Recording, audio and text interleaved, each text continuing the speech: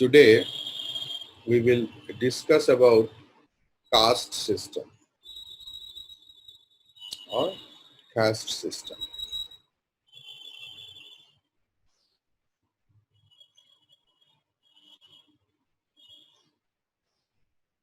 We will quote today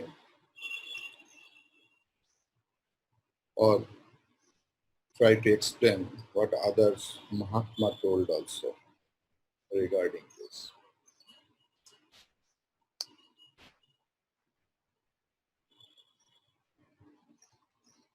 Swami Vivekananda saw during his time how reformers tried to cry down caste. He said that caste is a social custom and religion has nothing to do with it. But the reformers did not understand that. The problem is in confusing privileges with caste. Even today, there is the question of privilege in India as it is in other countries. Now just think, will a company director sit and eat with a sweeper or give him the same salary as he gets? Naturally, what is logically, rationally?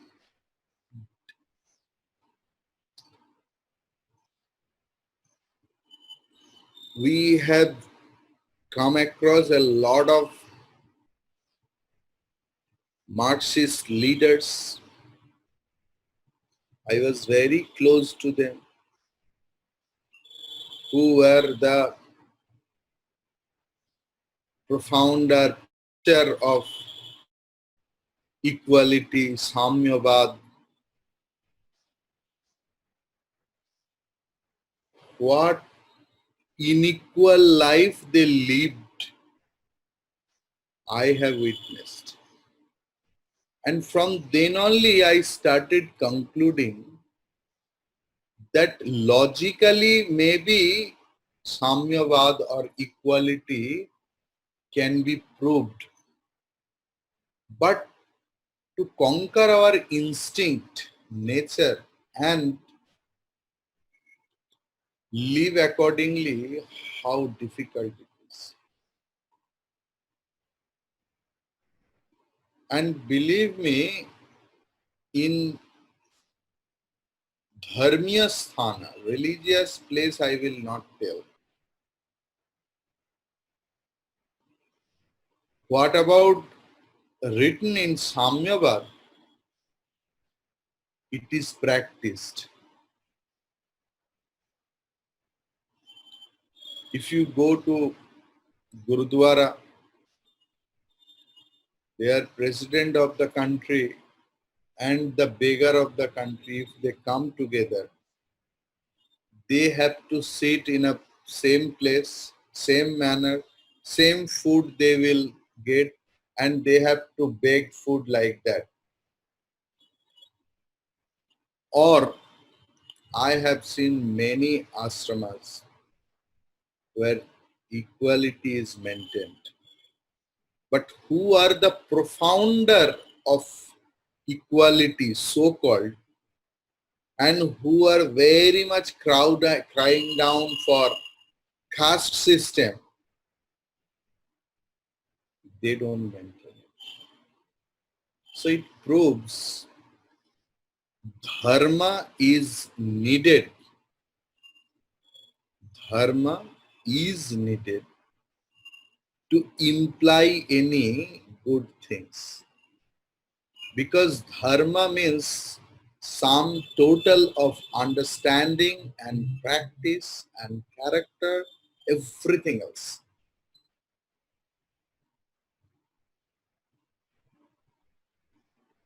So caste system was a good system.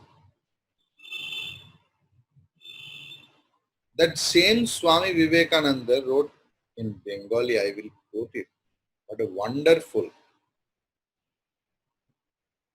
নতুন ভারত বেরুক, বেরুক লাঙল ধরে, চাষার কুটির ভেদ করে, জেলে মালা মুচি মেথরের ঝুপড়ির মধ্য থেকে, বেরুক মুদিওয়ালার দোকান থেকে, ভুনাওয়ালার উনুনের পাশ থেকে, বেরুক কারখানা থেকে, হাট থেকে, বাজার থেকে, বেরুক ঝোড় জঙ্গল পাহাড় পর্বত থেকে। এরা সহস্র সহস্র বৎসর অত্যাচার সয়েছে, নীরবে সয়েছে, তাতে পেয়েছে অপূর্ব সহিষ্ণুতা, সনাতন দুঃখ ভোগ করেছে, তাতে পেয়েছে অটল জীবনী শক্তি। এরা এক মুঠো ছাতু খেয়ে দুনিয়া উল্টে দিতে পারবে। আধখানা রুটি পেলে ত্রৈলোক্যে এদের তেজ ধরবে না। এরা রক্তবীজের প্রাণ সম্পন্ন, আর পেয়েছে অদ্ভুত সদাচার বল, যা ত্রৈলোক্যে নাই। এত শান্তি, এত প্রীতি, এত ভালোবাসা, এত মুক্তি চুপ করে দিন রাত খাটা এবং কার্যকালে সিংহের বিক্রম, অতীতের কঙ্কাল চয়, এই সামনে তোমার উত্তরাধিকারী ভবিষ্যৎ Bharat. So that was the concept of Swami Vivekananda regarding the caste system.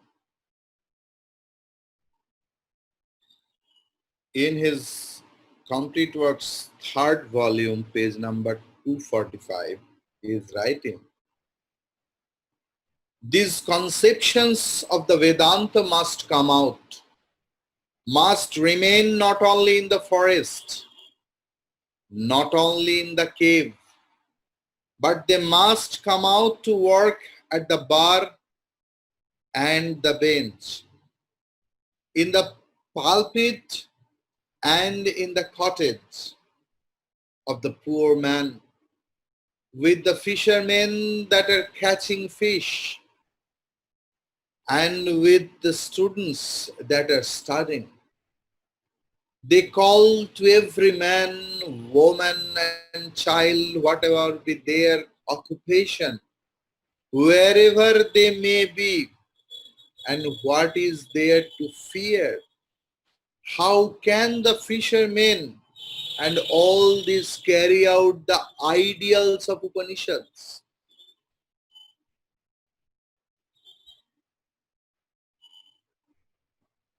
Dharma is infinite. None can go beyond it. And whatever religion is finite, but dharma is really infinite. Whatever you do sincerely is good for you. Even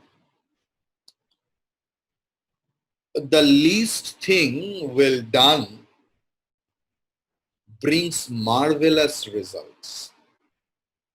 Therefore, let everyone do what little he can. If the fisherman thinks that he is the spirit, he will be a better fisherman. If the student thinks he is the spirit, he will be a better student. If the lawyer thinks that he is the spirit, he will be a better lawyer. If a doctor thinks that he is the spirit, he or she will be a better doctor, and so on. And the result will be that the castes will remain forever. It is in the nature of society to form itself into groups. And what will go will be these privileges. Caste is a natural order. I can perform one duty in social life and you another. You can govern a country and I can mend a repair of old shoes. But that is no reason why you are greater than I. For can you mend my shoes? Can I govern the country? No. I am clever in mending shoes. You are clever in governing the country. You are clever in reading Vedas. But that is no reason why you should, trample on my head. Why, if one commits murder, should he be praised? And if another steals an apple, why should he be hanged? This will have to go. Caste is good. That is the only natural way to solving life. Men must form themselves into groups, and you cannot get rid of that. Wherever you go, there will be caste. But that does not mean that there should be these privileges. What is caste? Sanatan Dharma divides human beings into 4 classes, which is called Varna, Chatur Varna, and 4 groups, Chatur Ashram. The 4 Varnas are Brahmana, Kshatriya, Vaishya, and Sudra.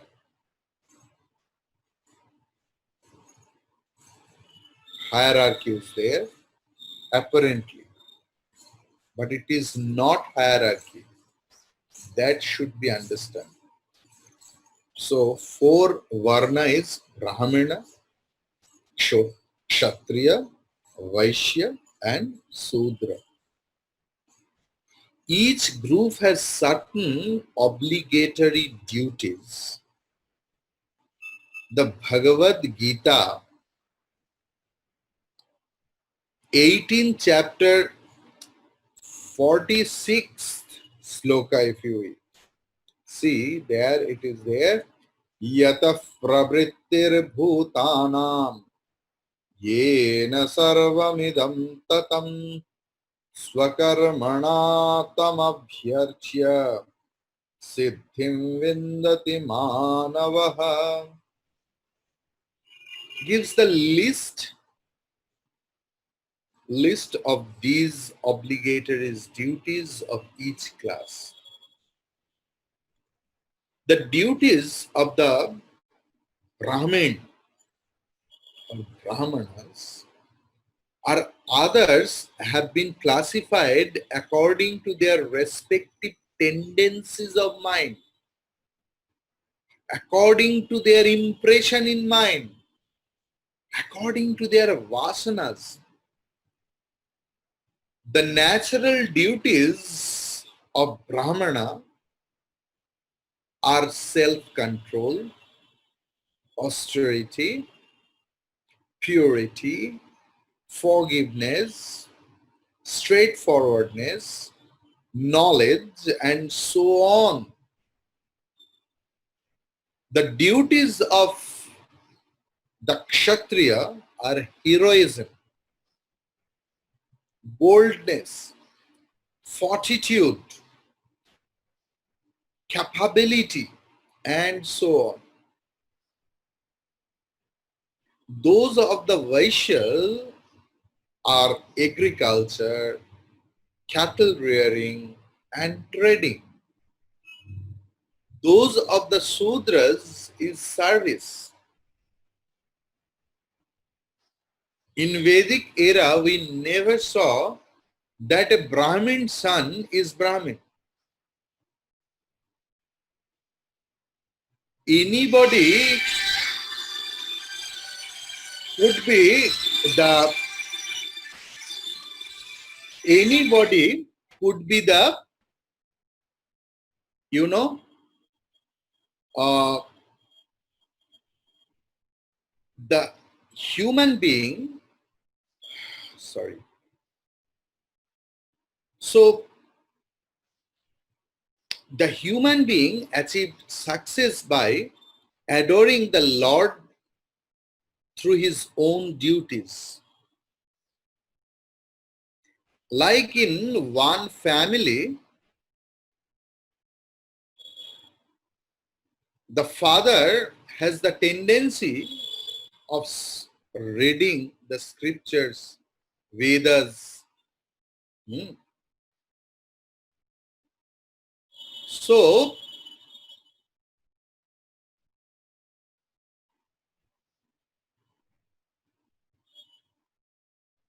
he is under the Brahmana class. The elder son is in army. He is a Kshatriya. The middle son was uh, captivated or engaged in cultivation, rearing the cattle.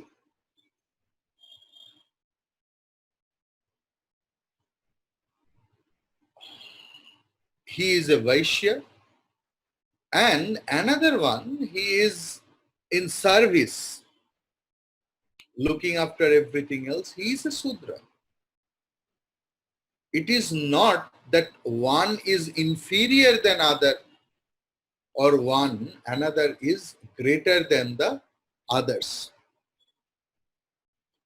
So, just for a moment.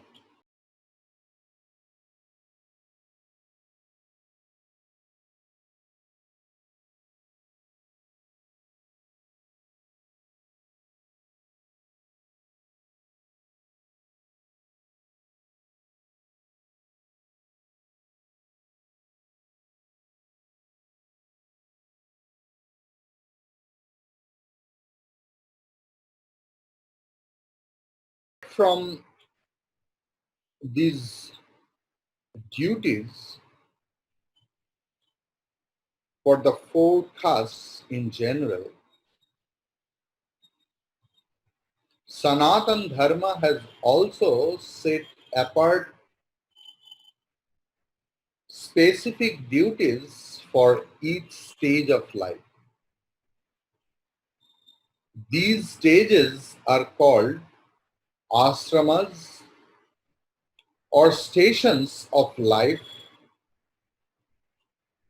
The student, the householder, the retired person, and the renunciate are the four stages.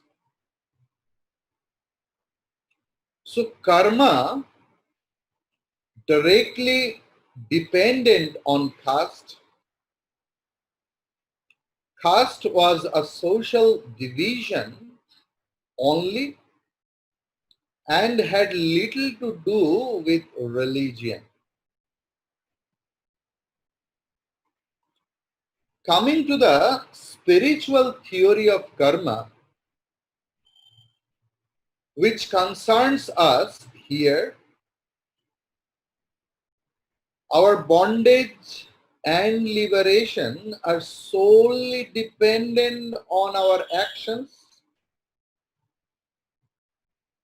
Our birth, life, suffering, death, everything depends on karma. So, karma has meaning and can be controlled. We shall use the question answer method to discuss karma here.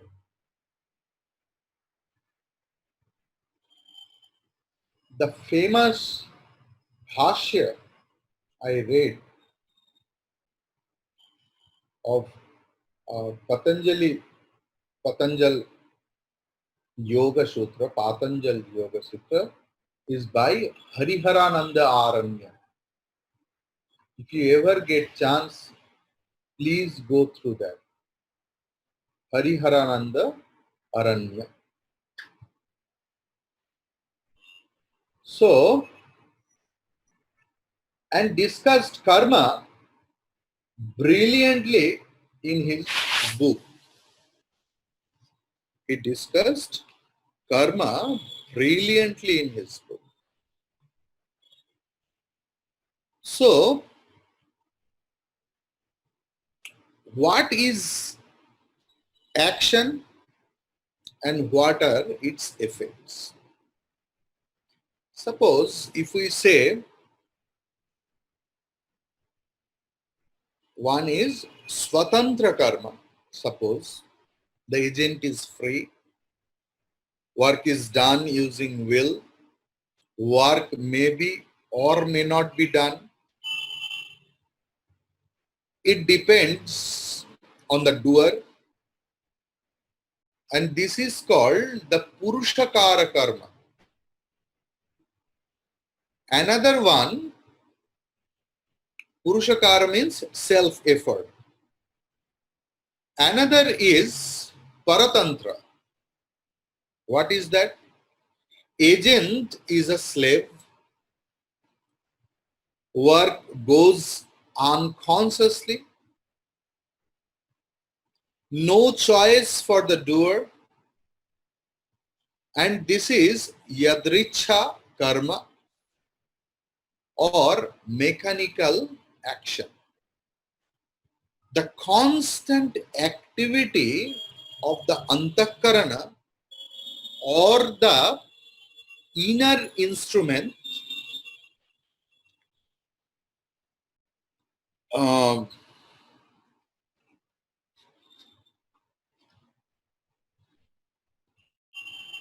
inner organ or the subtle body with its expression through the gross bodies is called karma. Because as you know, our hand, eyes, everything are inner. So when that subtle body, Sukshma Sharira, express their vasanas using the external organs or gross bodies, that is called karma. We have the mind, intellect, ego, or memory. Ego means mana, buddhi, chitta, ahankara. 5 organs of actions, karmendriya. 5 organs, sense organs or organs of knowledge or jnanendriya. 5 life forces or pancha prana. All these 19 constituents function constantly using the gross physical body as the instrument. Such actions are karma. So what are the 2 fundamental divisions of karma? There are 2 types of actions, one done with knowledge and willfully, and the other done without knowledge. Suppose blood circulation goes on without our knowledge. We know what we are eating, chapati or rice or sandwich or any ice cream, and their function ends till the end of the tongue, 2.5 inches. after that, do we really notice or very much concerned that how it is going from here and how it is moving, how hydrochloric acid is doing, how metabolism is going on? It's going on constant 24 hours. Even when our ego is sleeping, then also the work is going on. The heart is pumping, kidney is functioning, lung is functioning, everything.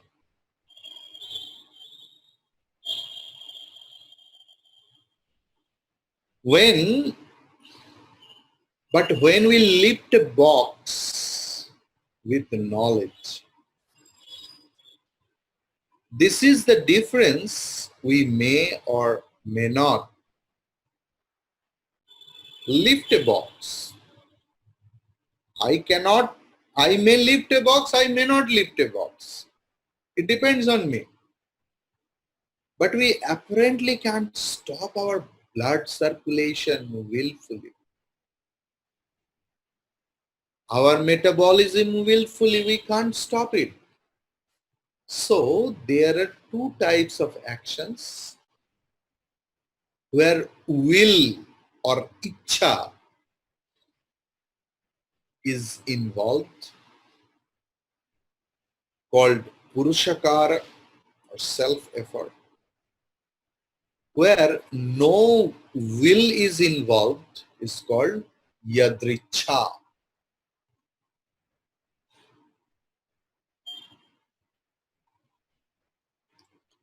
Why do we do willful actions?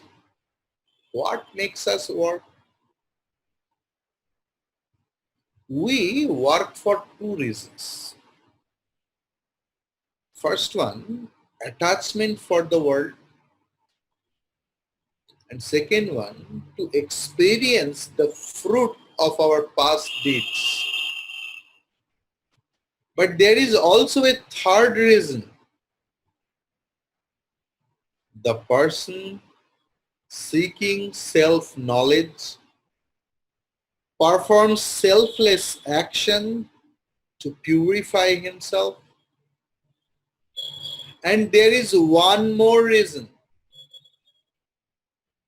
The enlightened person, the realized soul, the Brahmajnani, works for the good of the world.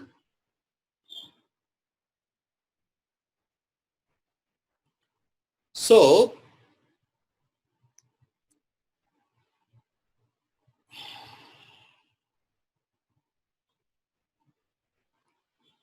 now the thing is, what is the process of the arousal of purushakara or self-effort? There are two instigators for the arousal of the desire to act. First one is knowledge, which can be either born of memory or direct experience, leads to desire. And desire leads to determination that one must act. Determination leads to action. In Bhagavad Gita, it is written in different way, order maybe. Sangat sanjayate kamaha, kamat krodha vijayate, krodhat bhavati sammohat smriti smriti bhrangshat buddhi nasha, buddhi nasha pranasyati. So here the thing is, our desire leads to determination that one must act. Determination leads to action.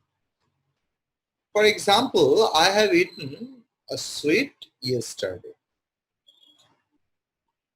Its memory brings its knowledge. Its pleasant taste makes me desire it again. desire becomes strong and leads to the determination that I must eat again. Then the action follows.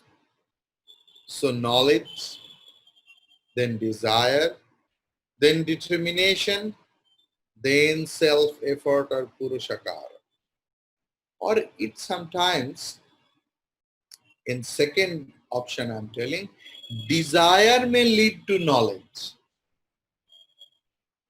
Knowledge in its turn may lead to determination,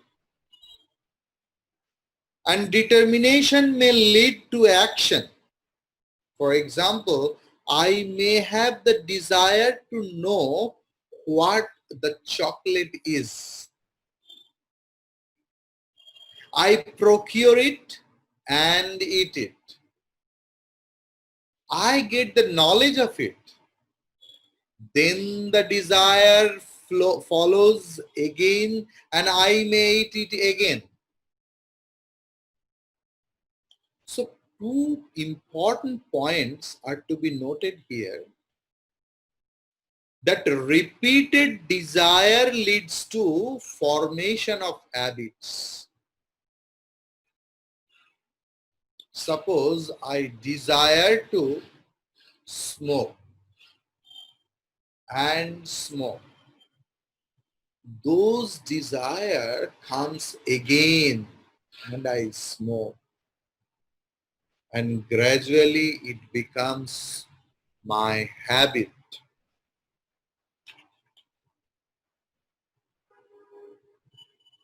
Indian yogis can at will control their breathing.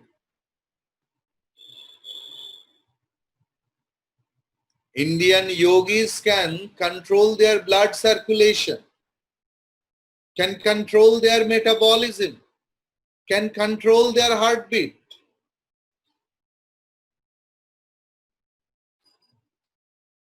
Dr. Mahendralal Sarkar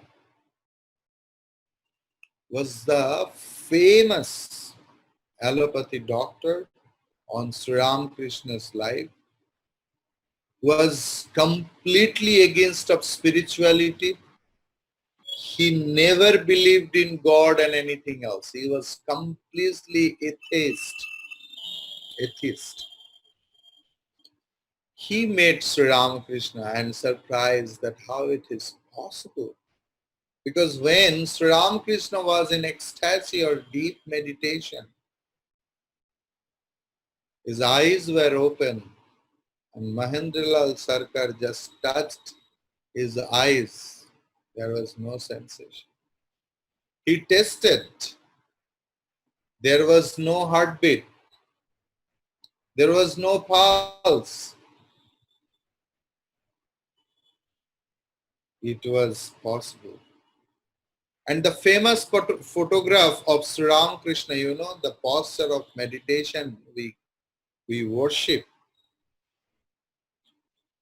You know, when it was the will of Swami Vivekananda that he will capture his master's picture. But Sri Ramakrishna was not ready mentally or formed. He was not agreed. But Swami Vivekananda called the photographer. On that time, that mobile phone was not there, that silently you can take. Their camera was big. They used to cover their face with the black clothes. Then everything is so on, so on, so on. So Swami Vivekananda knew the process, how to make calm Sri Ramakrishna. So he started chanting Bhagavad Gita. And immediately Sri Ramakrishna went into ecstasy. And Swami Vivekananda ordered the photographer to capture this moment. But you know, when you are ecstasy, Sri Ramakrishna was little bit unstraight. So photographer with his photographic view started telling, please be straight, please be straight. And when Sri Ramakrishna was, unreplied, photographer went and started to mend Sri Ramakrishna's body, and he felt the whole body came out in his hand like a leaf of a tree. And he was afraid. So that is the power of yoga, where everything becomes in our control. A yogi knows when he will leave this body.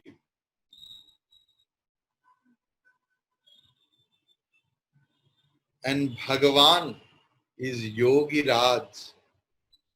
So Bhagavan, when Bhagavan takes birth, we are born. But Bhagavan takes birth by his own will to rejuvenate our society. Yada yada hi dharmasya gnanir bhavati bharata abhyutthanam adharmasya tadatmanam srija परित्राणाय साधूनां विनाशाय च दुष्कृतम् धर्म संस्थापनार्थाय संभवामि युगे युगे. It is his own will whether he will come, he will take birth or not. In what form he will take birth? In the form of human being, or in the form of a pig, or in the form of a fish.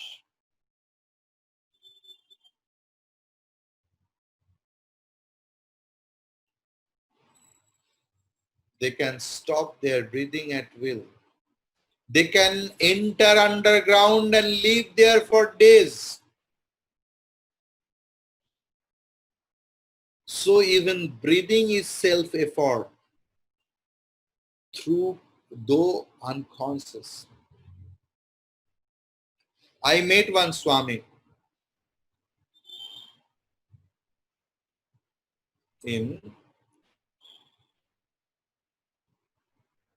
after Haridwar, there is Kankhal. Yes. So that Swami told me, old Swami, that he witnessed it. That when in Kankhal there was bridge repairing was going on. No, bridge preparation of a new bridge was building.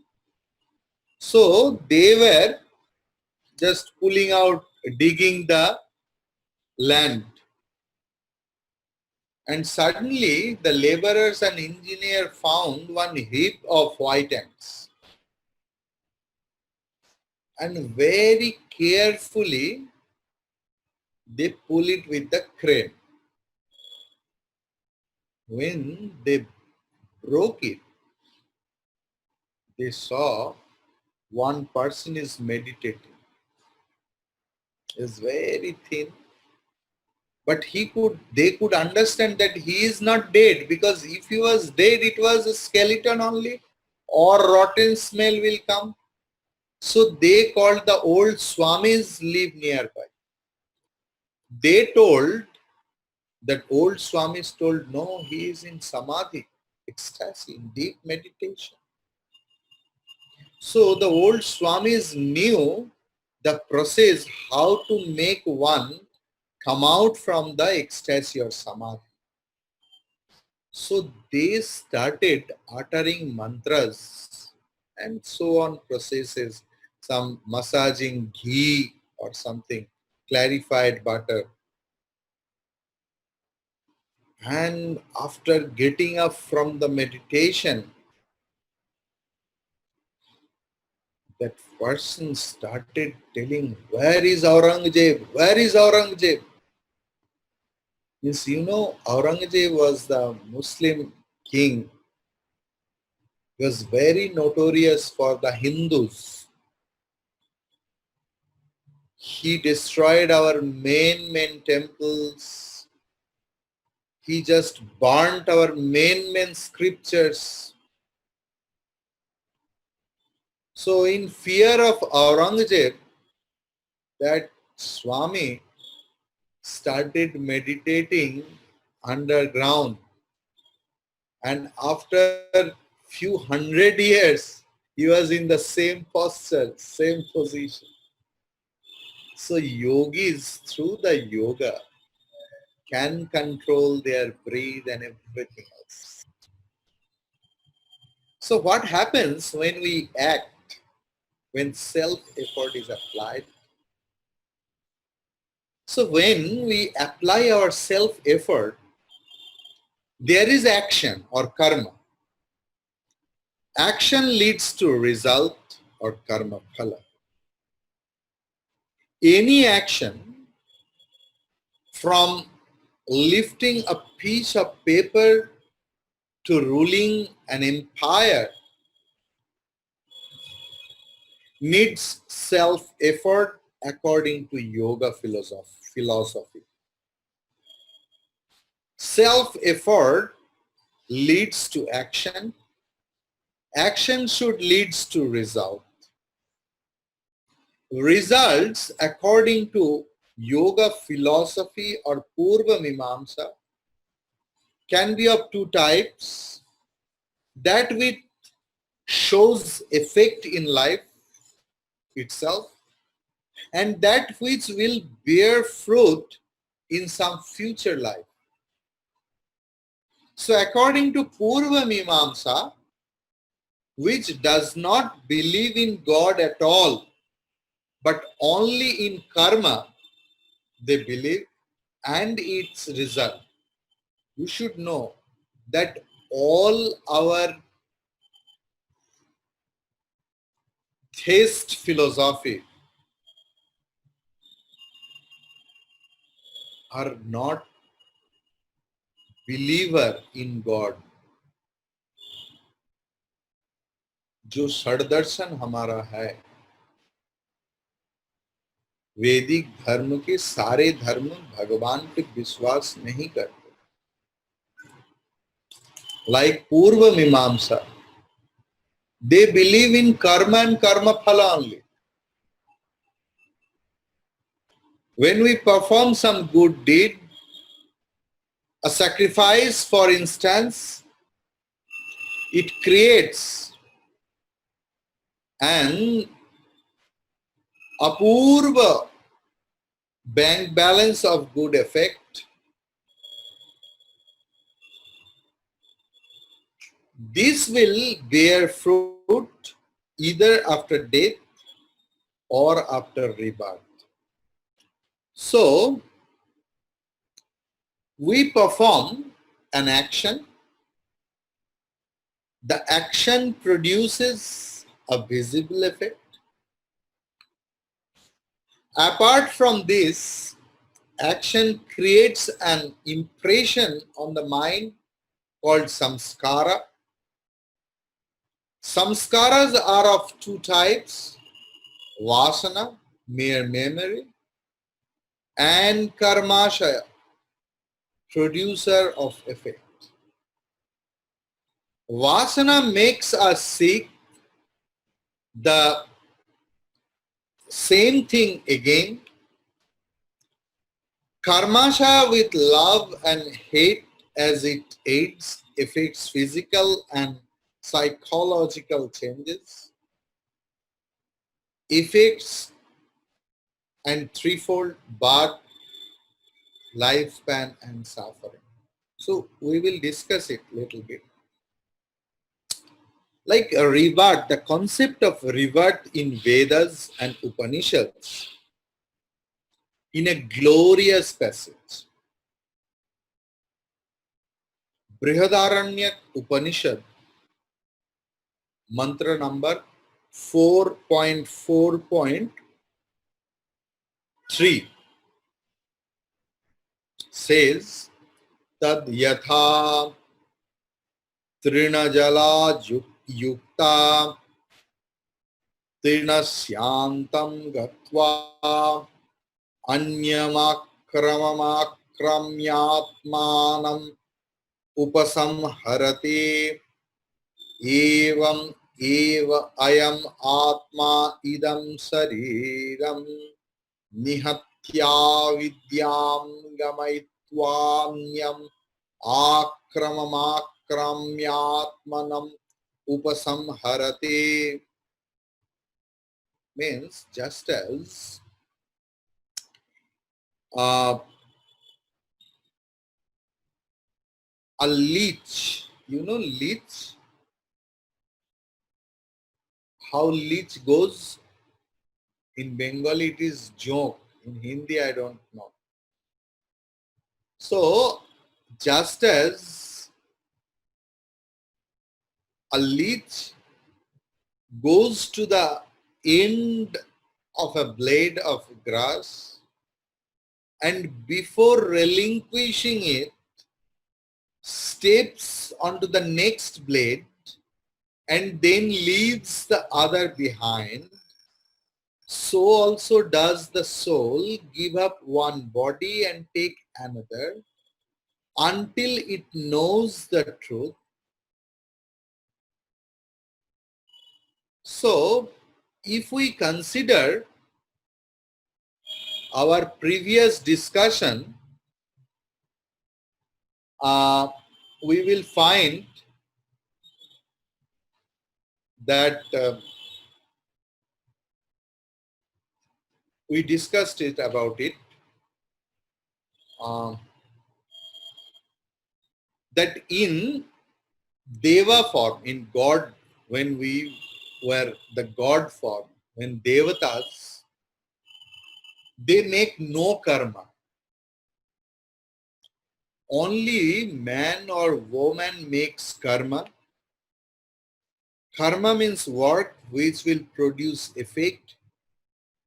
When a man or woman dies and becomes a god, he or she has only a period of pleasure, and during that time makes no fresh karma. It is simply a reward for his or her past good karma. When the good karma is worked out, then the remaining karma begins to take effect and he comes down to earth. He becomes man again. And if he does very good works and purifies himself, he goes to Brahmaloka and comes back no more. That we saw earlier. So, it is in the Bhagavad Gita 2.21, the famous sloka, you know, Vasamsi Jirnani Jatha Vihaya. You know very well, I won't quote it. So it is said that the soul gives up worn out bodies and takes up fresh bodies just as they change clothes. Sanatan Vedic Dharma, Upanishads, Buddhism, Jainism, and even some schools of Sufism believe in rebirth. The only objection to rebirth is we cannot remember our past lives.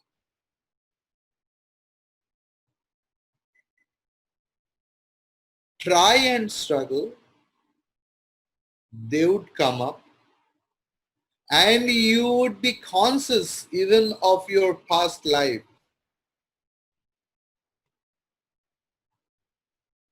Why one life in the body is like a million years of confinement, and they want to make up the memory of many lives. Sufficient unto the day is the evil thereof. We are very much busy and, parishan with our this life. And if we start remembering our last lives and everything else, how horrible our life will be. maybe whom I consider as the best friend in my life, might be he was the worst enemy in my past life, and because of him I had to die. Then how this life will be? The basis of sages' concept of rebirth are numerous. That we will discuss tomorrow.